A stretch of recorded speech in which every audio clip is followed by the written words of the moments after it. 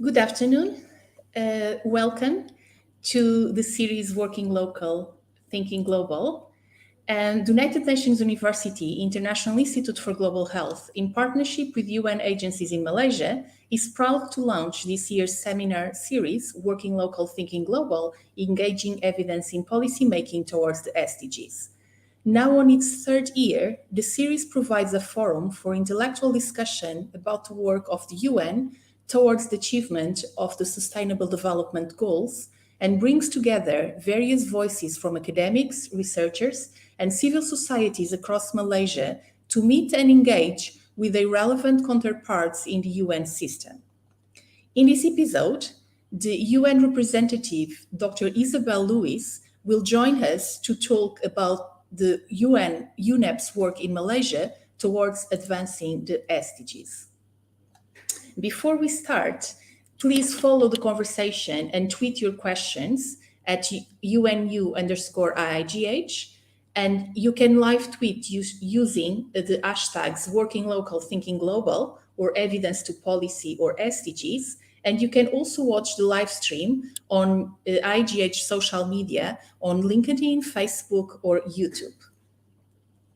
Some housekeeping reminders. Please tell us in the chat your name and where you are from. And during the presentation or during the Q&A time, you can write your questions in the Q&A box. Share also your thoughts or any comments that you may have. And you can express yourself with emojis or any other way that you would like to participate, but please participate and enjoy. So in the webinar today, we will welcome Dr. Isabel Lewis, and then she will present for 20 minutes. We will have 20 minutes space for discussion and then some closing remarks. So welcome, Dr. Isabel Lewis. Good afternoon. Hello, good afternoon. Thank you for kindly accepting this invitation to present today in our webinar. So Dr. Isabel Lewis has been the Deputy Regional Director at United Nations Environment Programme in the Regional Office for Asia Pacific since September 2014. She coordinates the Unep's work programme in the region pursuant to the organization's mandate to support UN member states on issues related to the environment, sustainability, and the SDGs. Dr. Isabel Lewis facilitates the UNEP strategy partnerships in the region, and before joining UNEP, she was the regional director of the WWF, the Worldwide Fund for Nature, in the International Asia Pacific Programme. Dr. Isabel Lewis has more than 25 years of global, Asia Pacific, regional, and national level experience in sustainable development and nature resource management, as well as in office operations, program management, multi-stakeholder engagement, and multidisciplinary team management. Dr. Isabel Lewis is a Malaysian national. She has a scientific background in botany and plant pathology. She received her BSc and PhD from Sheffield University, followed by a teaching fellowship at the National University of Singapore and a postdoctorate fellowship at Harvard University.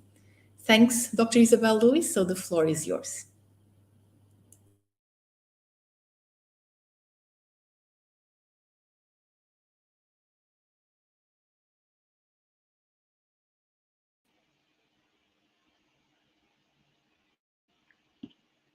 Hello?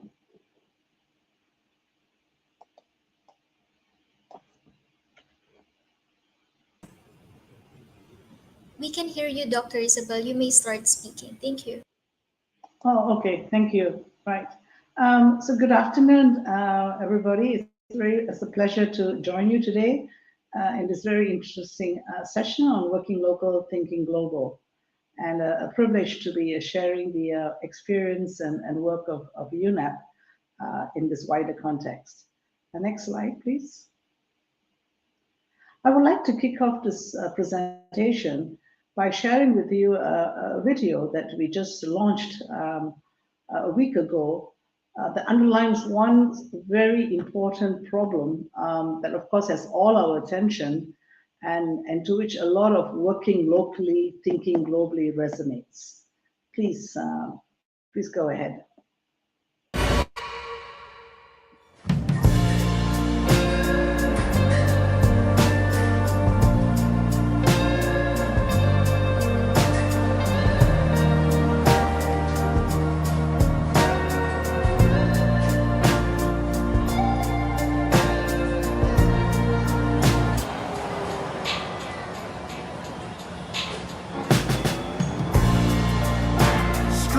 Strange things are happening.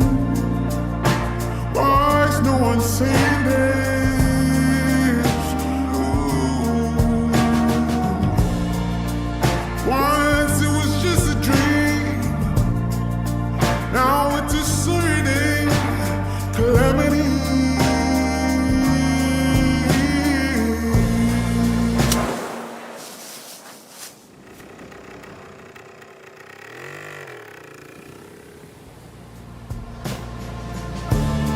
I don't know why it's just maddening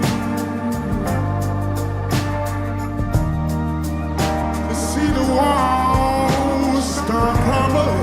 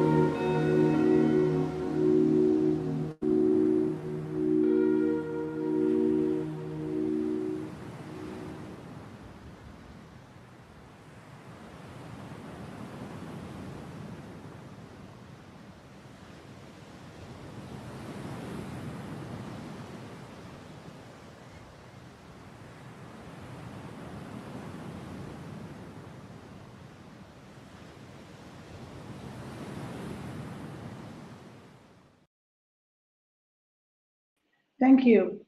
So I hope that this is one of the messages that are resonating not only locally but globally. And plastic pollution is just one of those key challenges that we can only address by working together. I'm sure many of you here today may recall, not all of us, maybe I do, that, once upon a time the earth was in balance. We appreciated the air was clean, the pure water, and consumption was balanced. We would only use what we could comfortably use without having excess. Next slide. However, humanity is now taking too much from the earth and giving too little back. And the planet is in serious danger. This is happening everywhere globally, locally. And these are actions that need solutions that can only be tackled nationally, but have to be collectively addressed globally. The air, the water, the forests, the oceans, the plants and animals, and ultimately humanity is facing a challenge. The triple planetary crisis, which is facing us and is accelerating, resonates around climate change, nature, and pollution.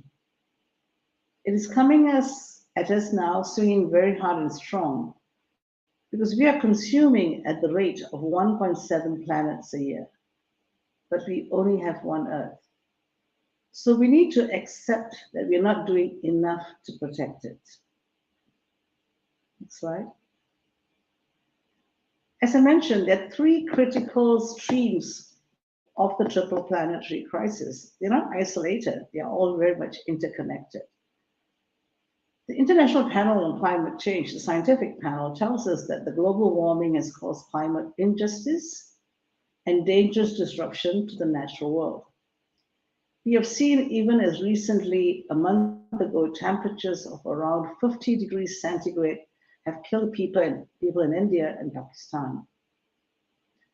The UN Office for Disaster Risk Reduction recently predicted that we would see one large-scale disaster every day by 2030 as climate change increases the frequency and intensity of such events.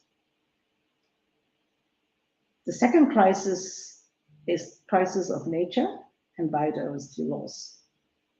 This is something that Malaysia, can really, really resonate with. It's sort of rich biodiversity that provides a lot of socio and economic value and benefits. But 1 million species globally are facing extinction.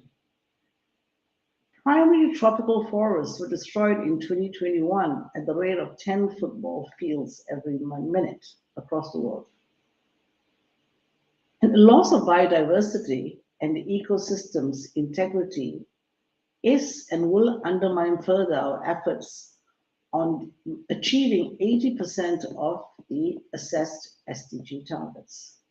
So it's going to be even more difficult to show progress on poverty, hunger, health quality, water quality, cities, and climate. And the crisis of pollution. From air to water to sea, the impact on health. Pollution and waste is killing tens of millions of people each year. 1 in 6 deaths stem from pollution, from dirty air to toxic chemicals. Despite growing momentum on plastic pollution, some 11 million tons of plastic waste are still tumbling into our oceans each year. So the triple planetary crisis must be addressed together and collectively to achieve sustainability. This means that tackling the red thread that binds these crises together, and we must address unsustainable consumption and production. A lot of these actions can be done locally, but increasingly we are seeing global governance, global solidarity, and global cohesion taking leadership for the planet. This leadership, local and global together, must be based on some key principles. Trusting science. Science is providing the evidence and the rationale for informing policies and decision making. We must take immediate action. And we must live up to global agreements. As we see many countries striving and reaching out to global governance, then there's also the commitment to comply with these global commitments and agreements at the local level. And we are seeing this reinventing of multilateralism as countries work together to reach out across borders to address solutions that can be tackled in the countries. A lot of this is linked to finance and innovation, technology. So this means everyone comes under the decision tent. So all the stakeholders come together and it's a collaborative effort. And then together scaling up actions through collaboration. So the leadership for the planet means we are making peace with nature for action. So there are 5 areas that Unep and partners have come together to accelerate to ensure impact on addressing the triple planetary crisis. The first is we must get real about the energy transition. We must move to renewable energy, coupled with more energy efficiency and expanded energy access. Without even the impact or the consequences of the current Ukraine war, we're already seeing the need that we must stop depending on fossil fuels and move to renewable energy. And we're already seeing progress in many national policies, empowerment of women, inclusion of societies to address renewable solutions with innovative technology and digital tools. We must embrace the circular economy, the whole principle of moving from linear to circular modalities. We're already seeing a lot is happening, the 3 Rs, in the plastic value chain, in many areas of circularity. Businesses are now ensuring that their sustainability plans are including the principles of circularity, as it also contributes to improved efficiency in the business of companies.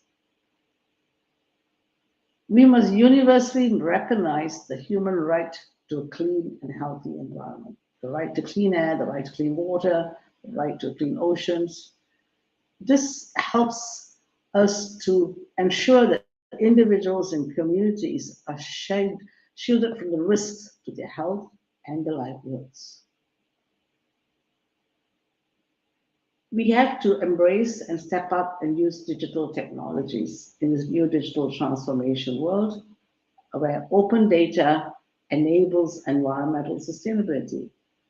The last 2 years with COVID has seen the immense stepping up and jumping ahead to take on a lot of new ways of addressing this communications through digital tools.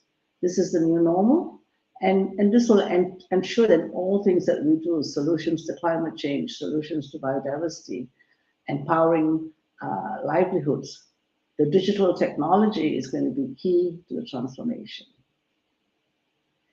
And the financial systems need to be better aligned with the health of the planet, not in separate indicator areas, but connecting so together that when we are financing the large financing, bringing in the large finances to the national funding systems, working with national and international financial mechanisms for innovation and approaches to finance technology and solutions.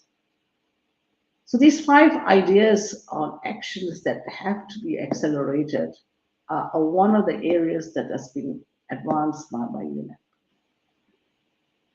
Next, please.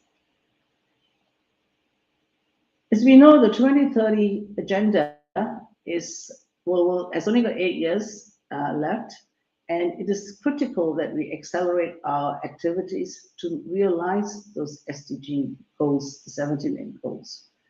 In that regard, Unep has now got a new 5-year strategy that recognizes the need to accelerate to address solutions. Unep is an agency that's mandated by the UN to look at environment and sustainability issues, but its mandate also is to work in partnership, to work with many partners globally, locally, to address the solutions.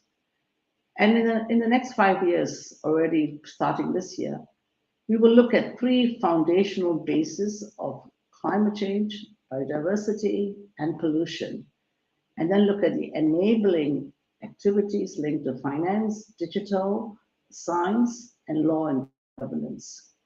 But we cannot do this alone. We will continue to work with partners in achieving these goals to support the member states of the United Nations. Next slide. So when the SDGs were launched in 2015, we had 15 years ahead of us, and they were very significant because they were owned and agreed on by the member states. It was a universal agreement. There was universality, and every year member states meet to discuss and share the progress, challenges, and solutions. Malaysia also has its national SDG action plan to advance the localization of SDGs in Malaysia, as do many other countries in the region. One key principle of the SDGs to actually make them implement and to be realized is an integration. Although there's 17 SDGs, no SDG stands alone. They're all interconnected and they rely upon each other in making up the solutions. One of the key principles of the UN Charter is that human rights and equity has to be cutting across all aspects of the SDGs, leaving no one behind. And finally, innovation. A key important aspect of realizing and accelerating the SDGs with 8 years more to go is innovation. Innovation in technology, innovation in financing, innovation in collaborations. And Unep is very keen to bring its global experiences and global lessons to local action. Next, please.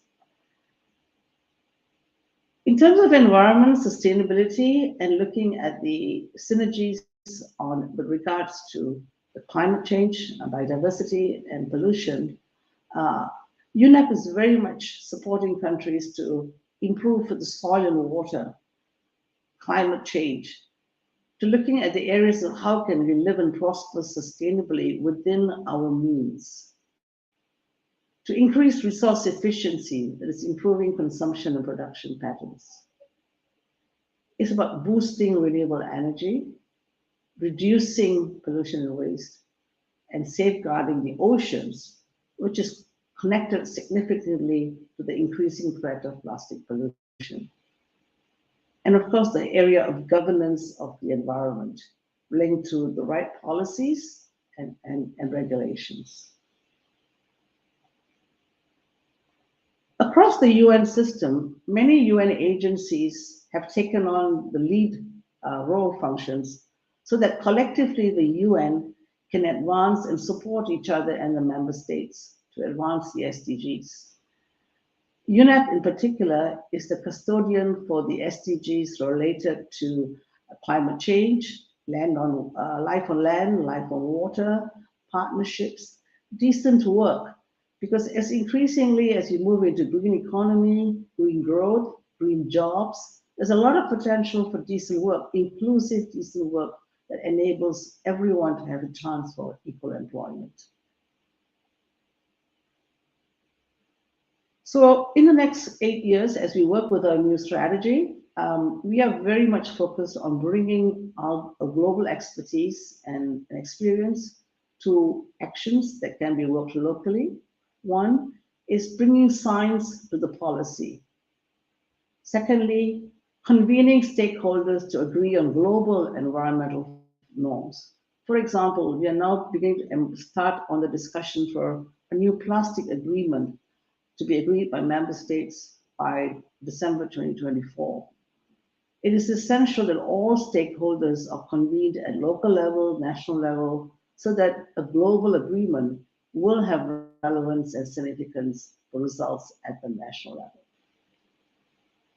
Partnerships can increase impact, so it's critical that we bring a myriad of local, global connectors and partners to solve solutions. We are working in all the global regions, but we can bring together lessons from across the regions between each other to enhance and share knowledge and experience. The expert knowledge on these issues is also available to support the countries. So in this way, bringing the normative frameworks of governments and policies through our alliances in the countries. And as I mentioned earlier, supporting the universal nature of the 2030 agenda, and of course, always addressing emerging issues, unexpected issues, and as issues arise as the events come up in the coming years. Thank you. Next slide. So one of the challenges we're seeing as countries report on the progress towards the SDGs, and as we track the progress on the SDG indicators, although there is progress in many of the environmental areas, such as clean water, sanitation, clean energy, forest management, waste management, overall, countries are still living unsustainably. And we are on course to most likely to miss the environmental dimensions of the 2030 agenda. However, with this starking revelation in front of us, it is important that we can do whatever we can to at least accelerate as much as we can and turn around the reduction and the pace at which the results are happening. Because the world cannot sustain the current rate of use and abuse forever, it is imperative that we look at our lifestyles and our livelihoods so as to achieve the 2030 goals. 2 weeks ago, we celebrated World Environment Day. World Environment Day was launched in 1973 by Unep to celebrate achievements and highlights every year as a global community on the environment. Each year, there's a theme hosted by a country, but celebrated and bringing together all parts of the world in one effort to show their contribution and their pledges to the environment. Some examples of World Environment Day have been beat plastic pollution or beat air pollution. 2022 is a special year because it's the 50th anniversary of Unep. Unep was established in 1972 in Stockholm when there was the first conference of Stockholm Environment and Development that launched the importance of addressing environment and sustainable development.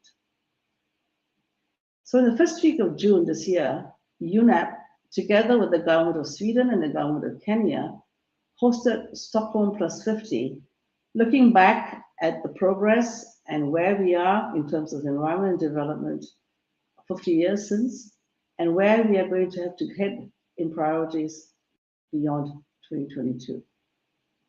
The theme of World Environment Day 2022 was Only One Earth. This was the theme also of Stockholm Plus 50. So let me just share with you a presentation called Only One Earth. Please.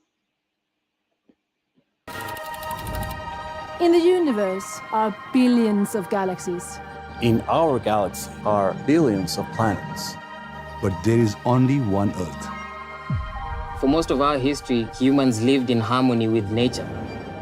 But we have shattered that balance. Exploiting our planet for products and wealth, creating a climate catastrophe, driving species to extinction, and polluting our land, seas, and air. The web of life is fraying. If it fails, we as a species will fail too. The science is clear, and time is running out. We must go from harming our planet to healing it. We must protect what we have and bring back what we lost to advance to a more sustainable future where everyone can thrive. Humanity has come together before to prevent environmental catastrophes. We have helped repair the ozone layer. We have restored millions of hectares of land and marine ecosystems, protecting thousands of species. And we've banned dangerous pollutants, saving countless lives. Let those victories be the torches that ignite more action and illuminate the path to a world in which we are once again at peace with nature. In the universe are billions of galaxies. In our galaxy are billions of planets. But there is only one Earth. Solo un planeta Tierra. 只有一个地球。 केवल एउटै पृथ्वी. Bara en jord. Dunia ni moja tu.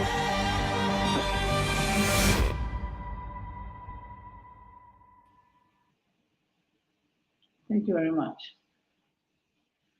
So as I said, the superplanetary crisis, climate change, nature and biodiversity loss, pollution and waste, the evidence is there that we are in code red. It is all around us and it's growing, but we are all part of the solution. We must shift from harming the planet to healing it. Next slide, please. What are you doing to heal our only one Earth? I look forward to hearing from you so that you can be part of the solutions, and we can also take forward and work with you together, with your ideas and actions together. Thank you very much.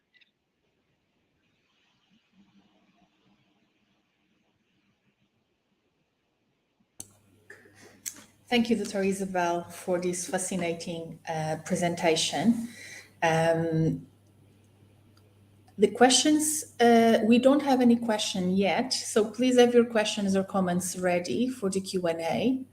I'm sure that there are many topics that you would like to follow up with Dr. Isabel. Yes, definitely. It would be good to get some observations and suggestions. Yeah, we have one question from Radhika Das.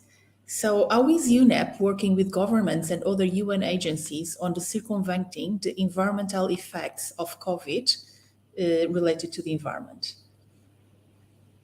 Thank you. COVID, as you know, is a multifaceted situation needing various solutions. Of course, when COVID emerged, the immediate priority was a health and medical issue. And that was the priority attention of WHO working with the governments. As that took front stage and had to be the key attention, of course, in each country, the UN agencies were ready to support the needs of the country. So we looked to the requests and needs of the member states to the UN agencies. It varied. Of course, there was a lot of environmental consequences. You know, one of the areas that we saw was the use, because of health and safety, the need to increase a lot of PPEs, plastic in protecting ourselves. And one of the things that the UN has been, UNEP has been working in agencies is, of course, putting health and safety first. Is providing recommendations with governments on waste management, medical waste management, of all the consequences of addressing COVID. The other area, of course, that COVID also touched was, as we recovered slowly, was the need to, we saw a lot of increase in food delivery, for example. Food delivery resulted in a lot of packaging, food packaging, plastic packaging. But what we've seen is a lot of efforts by individuals, by small businesses, to introduce ways to reduce the impact of excessive packaging and the distribution of the packaging, and also how the packaging is then, you know, after use is actually distributed. So there's a lot of education projects that we are working with through the different agencies. Agencies in UN have attention on children, on health, on development, on the urban ecosystem. So a lot of it is working in that area. The other area, of course, is many people also said, hey, look, you know, since COVID, since there was no transport, there was no air travel, the air is clean, or, you know, yeah. And people, oh, maybe we've resolved climate change. It may have been seen, maybe, you know, the air was cleaner and we had less poor air quality. But climate change, actually, Claudia, the emissions actually had gone up. They didn't go down, right? So it's not about a certain time because, you know, you kind of slow down and things went down. It's just, it was always building up and it continued to build up. So it's actually one of the policies of the UN is called building back better, right? How do you build back better? Building on the lessons of COVID. For example, if we were able to reduce our carbon footprint, if we were able to use less paper, if we were able to use better efficiency in our day-to-day consumption, how do you continue that in the new normal? So that's what UN agencies are doing closely with the government agencies and partners to continue some of the best principles as we build back better after COVID. Thank you. So we have other question from Shruti Hanna. Could you please elaborate on UNEP's role with respect to sustainable and nutritionally safe food systems on the planet? Okay. One of the big themes last year was the World Food Summit. That was hosted by FAO, UNEP, and a few other UN agencies in New York. The focus of the World Food Summit was about a safe food system, food supply, and also how to reduce food waste. And in that whole context, how to ensure that the livelihoods, the economies of people who are engaged in the agriculture sector are also part of the solutions. COVID again showed us how the supply chain system was affected, for example, food, and how some of the livelihoods affected, not just in a local place. It could be also countries who are affected by food supply, and food supply was cut off from international sources, right? So one of the things, among many things that UNEP is working with FAO and other agencies is to now start working, following up with member states on the areas of food supply, on the impact of the agriculture sector and livelihoods, and food waste. And we must also remember that this also is linked to the nature and ecosystems, because many of the agricultural systems rely on quality water, rely on the system of fertilizers that are also reliable. So all this interconnection of healthy ecosystems leads to healthy agricultural production systems as well. So look forward, look ahead to the space. This is a growing important space on food security, food supply. And we are also seeing this, Claudia, because of the impact of the Ukraine war. It's also raising attention on food supply. Okay, thank you. The questions now are coming in. We have several. We have the next question from UGT. How is UNEP working with the education sector to address environmental issues, and how effective would you say these efforts are? UNEP, as you know, again, as I mentioned, we are a partnership agency. So one of our close partners in education is UNESCO. And UNESCO, as you know, is present in many countries and works very closely with the ministries of education and bringing the aspects of science policy into the education system. So again, on the aspects of environment, we work very closely with UNESCO and then look at how many of these issues are addressed nationally. We also see education is important, especially in schools and in the younger aged children, but also the youth. And because youth is particularly important, the youth of now are going to be the future leaders of the future ahead. And they are the ones who can influence the decisions that are going to affect the triple planetary crisis. So one of the areas that we are partnering in terms of education is with youth. We've got youth focal points, youth networks, who will be actually the ambassadors to advocate the education of these issues. Some example I can give you, for example, is a program we have with education and youth is Turn the Tide program. It's about plastic pollution, working with schools and youth on educating why it's important, how we think about the way we use plastic and how we can reduce plastic. The other areas where we are looking at education also is in the teaching, in the curriculum, teaching the education sector, teaching the trainers, teaching the teachers with the methodologies. One thing we're quite excited is in the future is the use of digital technology. As we know, the young and the youth are much more skilled and adept with digital. So we will definitely be heading that way to use those digital tools. Thank you. So the next question has to do with the measurement. So it's a question from Rosna Sutan to ask if Unep or maybe other custodian agency have any index or indicator or even a best practice framework to enhance or to understand how well countries are achieving healthy ecosystems.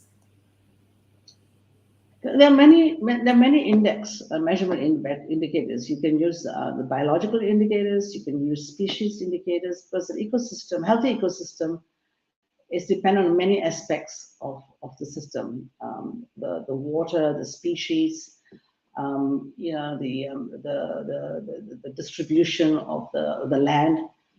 But one of the most important indicators UNEP is focusing on is to help countries, governments make policy decisions on why a healthy ecosystem is important to be protected in terms of economics. So we have a program called the Environmental Economics of Biodiversity. So what we do is looking at the valuation of biodiversity, the value of ecosystems. And by valuing and putting natural resource accounting to those ecosystems, then the government is informed when they are making their policy planning decisions, or even budgetary decisions and allocations. The cost of the biodiversity and ecosystems is factored into the overall integrated policy making of the country. This means that we don't speak just to the Ministry of Environment or the Ministry of Water. We are speaking to the national planning agencies who are planning decisions that affect ecosystems.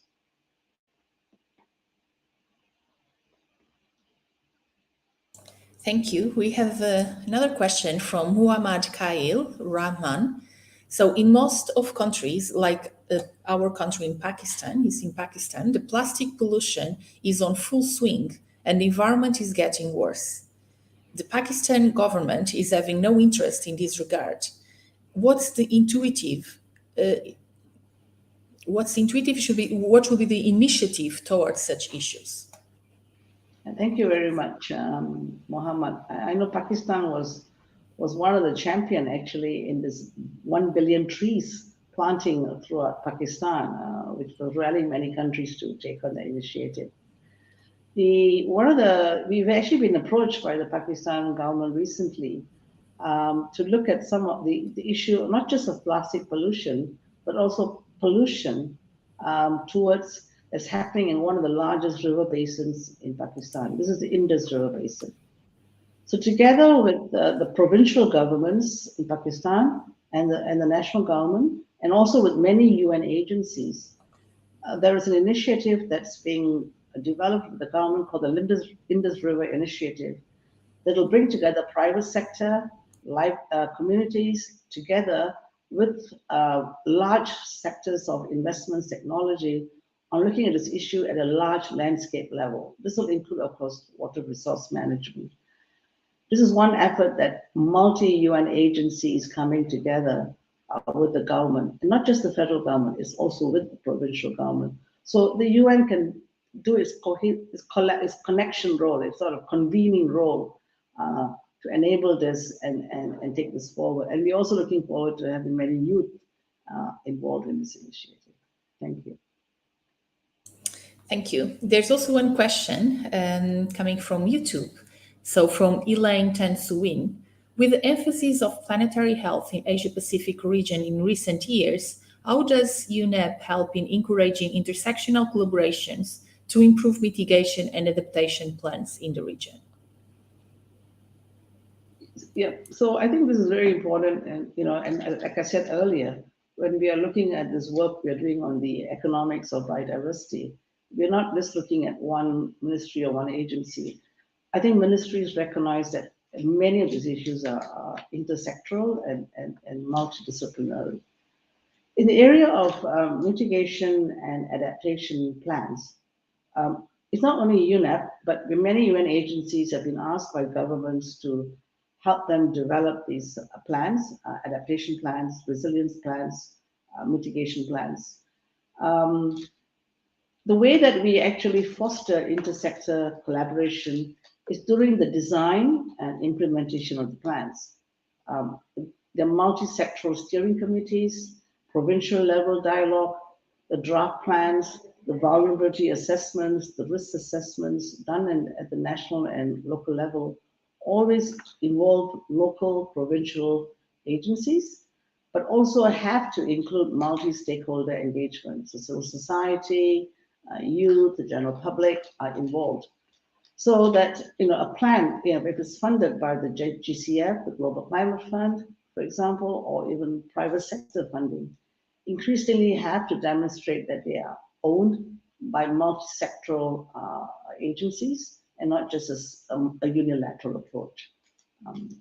And also, of course, bringing in the expertise of regional and global.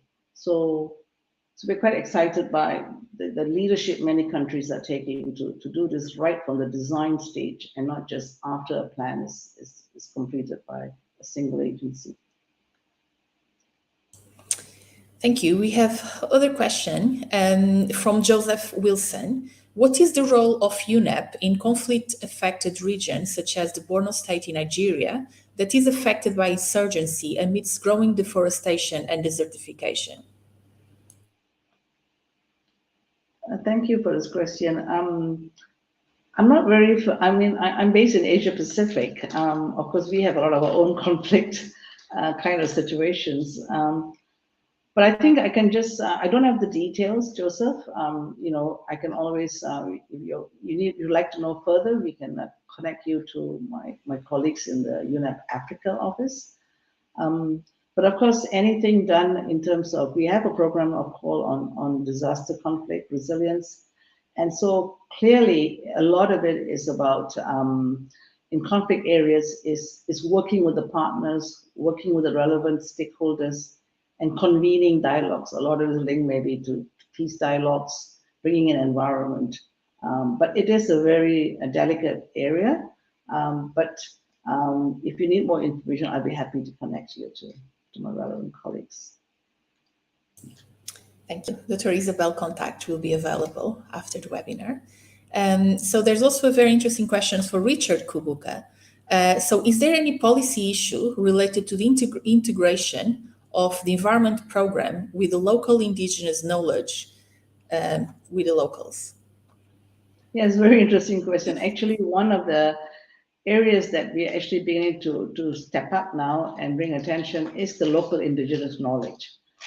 Especially, for example, let me give an example that now with the upcoming Convention on Biological Diversity, that has been an issue for a long time about intellectual property and the knowledge of indigenous knowledge, bringing in the locals in knowledge management. So we definitely have a very strong policy that indigenous knowledge is part of the overall knowledge base, but also the involvement of indigenous expertise in various aspects of programs linked to the environment. So there is policy and there's a strong determination and key part of Unep's approach. So there's another question from Damilola Ibirogba. So is there any plans to extend Unep to Stockholm, Kenya initiative to other developing countries of the world?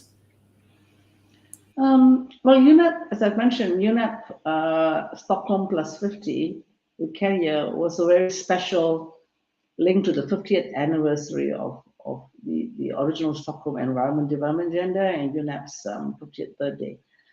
But, as we can see, we get so many leaders, ministers come together with the private sector, civil society, to discuss together about what lies ahead and need to accelerate.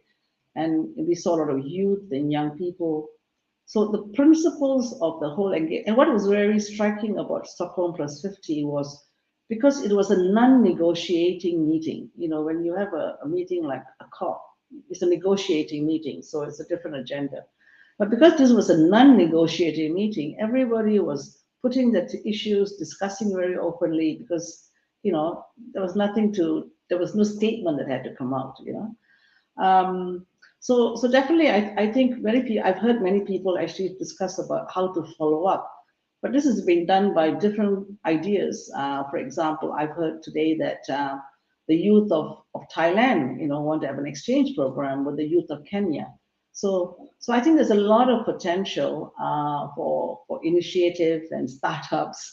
And maybe by the next World Environment Day, we can see a lot of these exchanges. So I think it's Claudia, we're just calling for action. Anybody can draw and build on this. World Environment Day is not only June 5th, it goes on, the theme goes on. Right? So the next question is precisely about that, about youth initiative and activism. So the question from Rajeshwari Malik is asking in a very practical sense if there's any financial support schemes to help young entrepreneurs working in the area of environment protection, spreading awareness among youth. There's not like, a big scheme, but there are many initiatives. Like I mentioned to you earlier, the Turn the Tide Challenge. So, if you can go to the website of UNEP, and you look at some of these, search for some of these initiatives and where to go for more information, you can go access them. And many of these opportunities come along, as coalitions established, partnerships established and launched. So I would really encourage everyone to keep an eye and keep visiting the UNEP website for such opportunities.